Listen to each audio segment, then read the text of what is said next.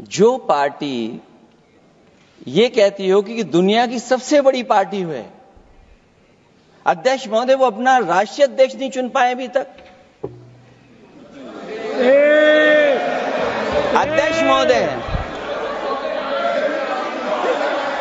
अध्यक्ष महोदय भारतीय जनता पार्टी क्या है?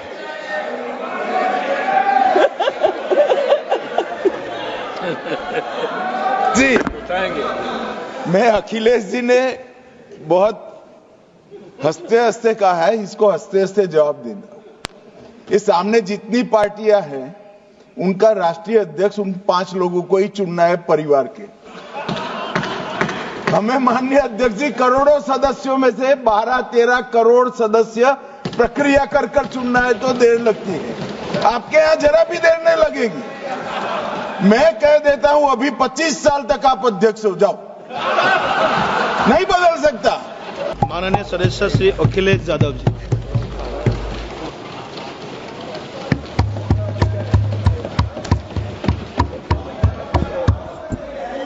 Please please. कोई बात नहीं।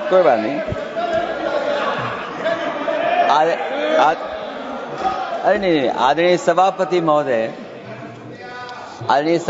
महोदय, मैं आपका बहुत धन्यवाद देना चाहता हूं कि बहुत ही महत्वपूर्ण और देश के लिए और बड़ी आबादी के लिए भारतीय जनता पार्टी की सरकार में एक और बिल आया है। क्योंकि मेरे से पूर्व में जो हमारे साथी बोले हैं वो माननीय सदस्य हमारे साथ नहीं, लेकिन मैं उनके बहुत सारी बातों से सहमत हूं। और अध्यक्ष महोदय, मैं देख रहा हूं जो एक्स कांग्रेस वाले वो ज्यादा बोल रहे हैं।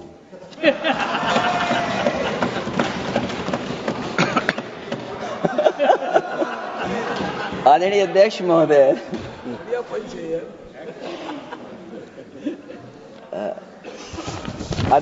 जो आज बिल पेश हुआ है, मैं हिंदी और अंग्रेजी को जो कुछ समझ सकता हूं वो यही मैं कह सकता हूं कि माननीय मंत्री जी ने ये कहा कि ये उम्मीद है। ये उम्मीद कैसे बना है? अंग्रेजी में भी मुझे समझ में नहीं आ रहा कि उम्मीद है ये, हिंदी में भी समझ में नहीं आ रहा कि ये उम्मीद है। यूनिफाइड वक्फ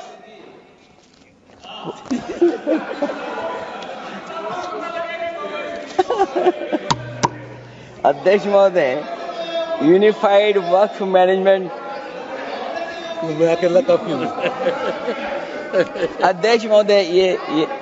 अध्यक्ष महोदय, मैं समझ सकता हूं कि मैं वो बात छेड़ना नहीं चाहता था, लेकिन क्या करूं, मजबूरी है अब। अध्यक्ष महोदय, अभी माननीय सदस्य लोग ये कह रहे हैं कि हमारे सदस्य नहीं है यहां पर जो हमारे साथी हैं, लेकिन अध्यक्ष महोदय मैं ये कहना चाहता हूं, ये जो बिल लाया जा रहा है, भारतीय जनता पार्टी में एक मुकाबला चल रहा है। भारतीय जनता पार्टी के अंदर मुकाबला चल रहा है कि खराब हिंदू कौन बड़ा है। और ये बात अध्यक्ष महोदय मैं ऐसे ही नहीं कह रहा हूं। जो पार्टी ये कहती हो कि दुनिया की सबसे बड़ी पार्टी है, अध्यक्ष महोदय वो अपना राष्ट्रीय अध्यक्ष नहीं चुन पाए अभी तक। अध्यक्ष महोदय भारतीय जनता पार्टी क्या है?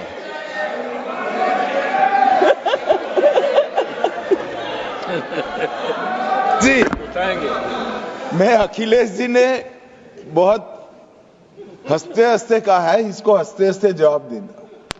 इस सामने जितनी पार्टियां हैं उनका राष्ट्रीय अध्यक्ष उन 5 लोगों को ही चुनना है परिवार के। हमें माननीय अध्यक्ष जी करोड़ों सदस्यों में से 12-13 करोड़ सदस्य प्रक्रिया कर चुनना है तो देर लगती है। आपके यहां जरा भी देर नहीं लगेगी। मैं कह देता हूं अभी 25 साल तक आप अध्यक्ष हो जाओ, नहीं बदल सकता। अध्यक्ष महोदय, क्योंकि जो बात निकल के आई है वो मैं फिर आगे बढ़ा दूं। अध्यक्ष महोदय, जो बात सोशल मीडिया या और जगह गुपचुप हो रही है, कहीं ऐसा तो नहीं था कि अभी कुछ दिन पहले यात्रा जो हुई है वो कहीं 75 वर्ष की एक्सटेंशन वाली यात्रा तो नहीं थी। अध्यक्ष महोदय, ये जो इस बार जो वक्फ बिल आया है, नाकामी का पर्दा इस बार है वक्फ बिल। और नाकामी कोई एक आध नहीं है, मैं कई नाकामियां बता सकता हूं। अभी मैं माननीय सदस्यों को सुन रहा था, वो पुराने कई बिल उनके बारे में चर्चा कर रहे थे कि कितने प्रोग्रेसिव बिल लेकर के आए हैं। मुझे याद है, मैं उत्तर प्रदेश में उस समय था और मुझे लगा कि शायद इनकी वो बात ठीक होगी। एक ये बहुत तैयारी के साथ फैसला लेकर के आए थे और फैसला ये लिया था आधी रात के आज के बाद नोट नहीं चलेंगे, नोट बंद हो जाएंगे। अध्यक्ष महोदय, उस नोटबंदी नाकामी के बारे में भी तो चर्चा हो जाए कि अभी भी न जाने कितनी जगह पर कितना रुपया निकला जा रहा है, कितना निकल करके आ रहा है। केवल नाकामी नोटबंदी की नहीं, नाकामी बेरोजगारी की भी है, नाकामी महंगाई की भी है, नाकामी किसान की आय दोगुनी नहीं कर पाए वो भी इनकी नाकामी है। मुझे याद है, एक माननीय मंत्री जी पूरे देश की नदियों के बारे में बीओडी बता रहे थे, लेकिन माननीय मंत्री जी ये भूल गए कि उनके शहर में, उनके क्षेत्र की जो नदी है उसकी बीओडी क्या है। गंगा क्या साफ हो गई, यमुना क्या साफ हो गई, स्मार्ट सिटी क्या बन गई, क्या गोद लिए हुए गांव इन्होंने गोद से उतार दिए, उनकी क्या दुर्दशा है। इसलिए मैं कहना चाहता हूं, ये नाकामी का पर्दा इस बार वक्फ बिल बना है। और सबसे बड़ी बात तो यह है कि जिसके लिए फैसला होना है उसकी बात को अहमियत न देना भी नाइंसाफी है। अध्यक्ष महोदय, नाकामी केवल यहां तक नहीं है।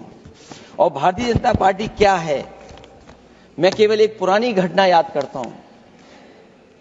एक बार फैजाबाद अयोध्या में एक कार्यक्रम था, उसमें बड़ी तैयारी की गई थी और तैयारी के साथ कलाकार मुंबई से बुलाए गए थे। हो सकता है वो सहमति दिल्ली से ना रही हो, केवल लखनऊ की सहमति से हो रहा हो कार्यक्रम। और जब कार्यक्रम की पूरी तैयारी हो गई, भगवान श्री राम बनकर के कोई आ गया, लक्ष्मण बनकर के कोई आ गया, मां सीता भी बनकर के कोई आ गया, हनुमान जी और भगवान हनुमान भी बनकर के कोई आ गया। लेकिन जब लखनऊ से वो हेलीकॉप्टर उड़ा और अयोध्या पहुंचा तो सब लोग थे, लेकिन उसमें हनुमान नहीं थे। अध्यक्ष महोदय, मैं भारतीय जनता पार्टी के लोगों से कहूंगा कि जानकारी करिए कि आखिरकार भगवान श्री राम थे, लक्ष्मण थे, सीता थी, लेकिन हनुमान क्यों नहीं थे। हनुमान इसलिए नहीं थे, शायद उनकी जात या धर्म कुछ और था। अध्यक्ष महोदय, ये देश मिली जुली संस्कृति से चला है। कुछ हमने सीखा, कुछ उन्होंने सिखाया। और जो लोग ये कहते हैं कि हम सबको बराबरी का हक देते हैं, अभी कुछ दिन पहले ईद निकली है। अध्यक्ष महोदय, वो परंपरा रही है, न केवल मैं जाता हूं बल्कि कोई दल का नेता ऐसा नहीं न जाता हो उस कार्यक्रम में शामिल होने। भारतीय जनता पार्टी के जो मुख्यमंत्री, उप मुख्यमंत्री, वो भी जाते हैं, उप मुख्यमंत्री, सभी धर्मों के नेता आते हैं। लेकिन पता नहीं इस बार क्या साजिश थी, षड्यंत्र था कि वहां पर कुछ पाबंदी लगी हुई थी। अगर किसी कारण पाबंदी लगी हुई थी तो बात समझ में आती है, लेकिन जब जानकारी हुई है, किसी को नहीं पता था कि पाबंदी क्यों लगी है कि आप नहीं जा सकते वहां पर कार्यक्रम में शामिल होने। क्या यही भारत है, यही संविधान हमें रास्ता दिखाता है? अध्यक्ष महोदय, मंत्री जी बताएं हमें, वो खुद भी माइनॉरिटी हैं, भगवान बुद्ध के रास्ते पे चलते हैं। भगवान बुद्ध का रास्ता दूसरा है। हम आपको अपना मानते हैं तब भी, जब आप हमारे बहुत सारे ग्रंथों को नहीं मानते, तब भी हम आपको अपना मानते हैं। आप हमारे पुराणों को नहीं मानते हैं, आप हमारे उपनिषदों को नहीं मानते हैं। लेकिन सोचिए, हम हिंदू वो लोग हैं जो आपको स्वीकार करते हैं और गले लगा करके चलते हैं। अब मैं दूसरे धर्म पे नहीं जाऊंगा, कोई नाराज हो सकता है। मैं दूसरे धर्म के बारे में नहीं जा सकता, मैं केवल यही बताता हूं। और मैं उत्तर प्रदेश में अध्यक्ष जी जहां से आता हूं, मैं अपमान नहीं कर रहा हूं, मैं सच बोल रहा हूं। और ये बिहार के चुनाव में जो आप कह रहे हैं कि महिलाओं को 2 मेंबर बना दिया, इस बार मैं भी देखूंगा आगे भारतीय जनता पार्टी कितनी महिला लोगों को टिकट देंगे वहां पर।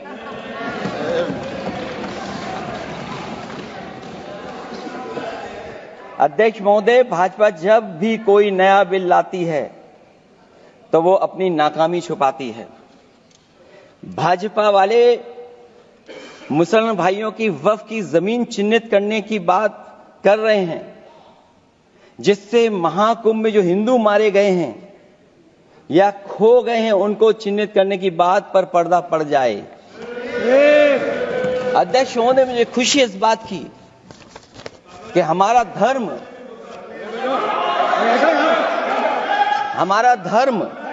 अध्यक्ष महोदय नहीं कुछ कहना चाहते हैं नहीं प्लीज, तुमको अलाउ नहीं किया। अध्यक्ष महोदय,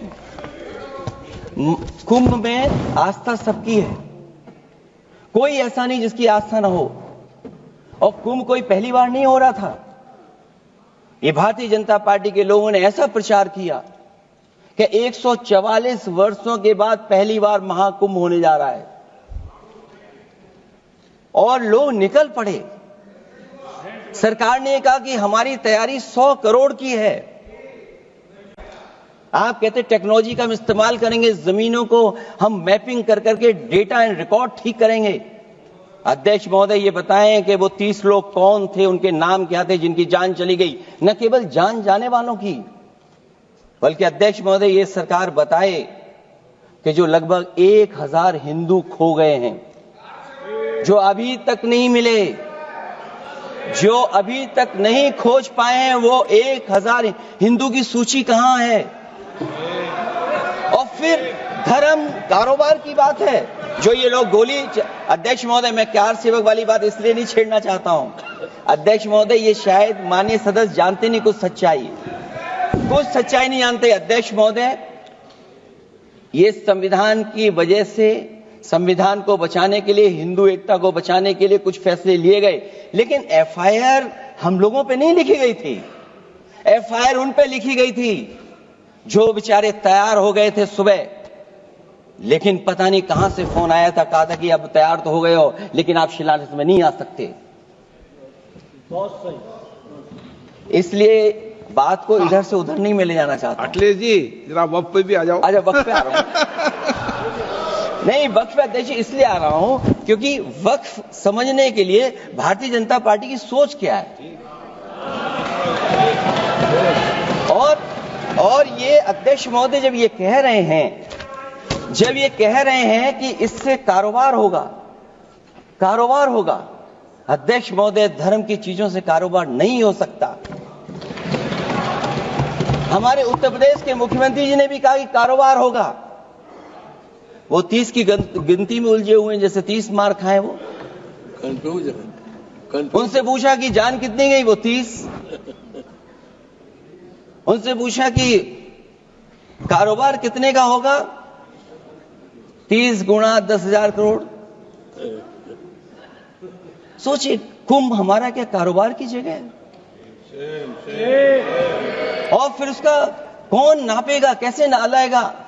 और फिर हमारे माननीय मंत्री जी कह रहे हैं कि जमीन, चाहे वो रेलवे की हो, चाहे वो डिफेंस की हो, वो भारत की जमीन है। मैं भी स्वीकार करता हूं कि रेलवे की जमीन भी भारत की है, डिफेंस की भी जमीन भारत की है। क्या डिफेंस की जमीन नहीं बेची जा रही मंत्री जी? अध्यक्ष महोदय, क्या रेलवे की जमीनें नहीं बेची जा रही हैं? अध्यक्ष महोदय, केवल यहां तक नहीं, कितना हस्तक्षेप होता है। वक्फ भी भारत के, इसीलिए तो कहीं ना कहीं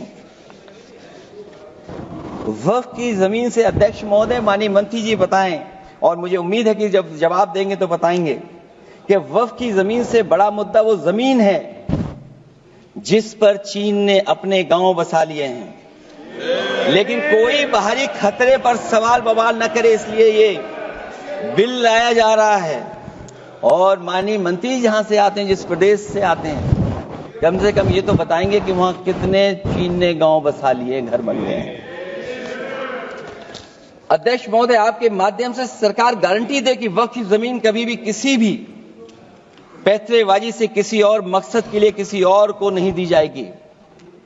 वक्फ की वर्तमान व्यवस्था में चाहे 5 साल के धर्म पालन की पाबंदी की बात हो, या कलेक्टर से सर्वेक्षण के हस्तक्षेप की बात हो, या वक्फ परिषद या बोर्ड में बाहरियों को शामिल करने की बात हो, इन सब का उद्देश्य मुस्लिम भाइयों के सार्वजनिक अधिकार को छीनकर उनके महत्व और नियंत्रण को कम करना है। ट्रिब्यूनल के निर्णय को अंतिम न मानकर उच्च न्यायालय में लेकर जाने की अनुमति देना दरअसल जमीनी विवाद को लंबी न्यायिक प्रक्रिया में फंसाकर वक्फ भूमि पर कब्जों को बनाए रखने का रास्ता खोलेगा।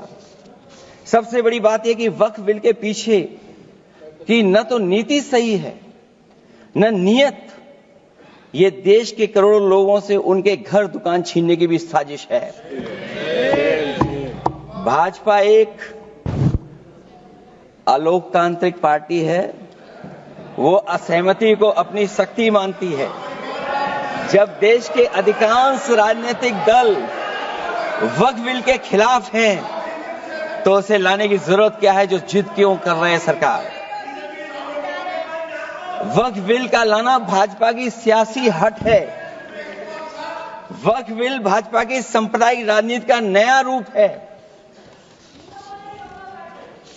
वो तो आपको काटेगा, और इसलिए काटेगा कि अध्यक्ष महोदय बाहर ये लिखते हैं सत्यमेव जयते, बाहर है लिखते सत्यमेव जयते, भाजपाई अंदर असत्य बात कहते। भाजपा वक्फ बिल लाकर अपने उन समर्थकों का तुष्टीकरण करना चाहती है जो भाजपा की आर्थिक नीति, महंगाई, बेरोजगारी, बेकारी और चौपट अर्थव्यवस्था से उसे छटक गए हैं। क्योंकि अध्यक्ष महोदय, जब से वोट में गिरावट आई है, और खासकर उत्तर प्रदेश में भी, तब से भारतीय जनता पार्टी की कोशिश है कि अपना वोट कैसे संभाला जाए। ये वोट को संभालने के लिए बिल लाया गया है। भाजपा का लक्ष्य वक्फ की जमीनों पर है। इन जमीनों का नियंत्रण अपने हाथ में लेकर इन जमीनों को पिछले दरवाजे से अपने लोगों के हाथों में दे देना चाहती है। भाजपा चाहती है कि वक्फ बिल लाने से मुस्लिम समुदाय को लगे कि उन पर हक को मारा जा रहा है, वो उद्वेलित हों और भाजपा को ध्रुवीकरण की राजनीति करने का मौका मिल सके। क्योंकि अध्यक्ष महोदय, भाजपा का लक्ष्य यह है कि ध्रुवीकरण हो, क्योंकि वो जानते हैं कि ध्रुवीकरण जितना होगा उससे वो लाभ उठाने में आगे रहेंगे। तो ये वक्फ बिल जो लाया जा रहा है, वो अपनी वोट बैंक को संभालने के लिए और समाज को बांट करके ध्रुवीकरण करके राजनीतिक लाभ लेने के लिए लाया जा रहा है। और अगर इसके लिए नहीं लाया होता तो पहले से जो जितने फैसले लिए सरकार ने, क्या उससे देश और प्रदेश में कोई बड़ा बदलाव आ गया है? अगर स्मार्ट सिटी का बात करें तो कितनी स्मार्ट सिटी बन गई है आपकी? आपके नोटबंदी की वजह से न जाने कितना रुपया कहां निकल रहा है। और डर तो ये लगता है कहीं भाजपा वाले दूसरों के पैसा रख करके न पकड़वा दें। वक्फ बिल के आने से पूरी दुनिया में एक गलत संदेश भी जाएगा। इससे देश की सेकुलर इमेज को बहुत धक्का लगेगा। वक्फ बिल भाजपा की नफरत की राजनीति का एक और अध्याय है। मैं अंत में कहना चाहता हूं कि अभी तो आपने साथी संभाल लिए हैं, एक साथी तो मुझे दिखाई नहीं दे रहा है। और हमारे जिनका हमने सम्मान किया, हमें कहां ले गए आप? और हमें यहाँ छोड़ गए आप, हमें छोड़ गए। हमें देखिए सभापति महोदय देखिए राजनीति क्या है। हमने आपका हाथ पकड़ा और हम यहाँ आ गए और आप हमारा हाथ छुड़ा करके वहां चले गए। इसलिए देखिएगा कब हमारा इनका हाथ मिल जाए। और मैं अध्यक्ष सभापति महोदय ये कहना चाहता हूं कि वक्फ बिल भाजपा के लिए वाटरलू साबित होगा, क्योंकि ऊपर से तो हाँ हाँ कह रहे हैं, लेकिन अंदर ही अंदर बहुत सारे साथी सहमत नहीं है। मैं अंत में इतना ही कहना चाहता हूं कि ये वक्फ बिल जो लेकर के आए कोई उम्मीद लेकर के नहीं आ रहा है। ये सोची समझी रणनीति का हिस्सा है, क्योंकि इनका जो बोर्ड बिखर गया है, ये मुस्लिम में भी बंटवारा चाहते हैं।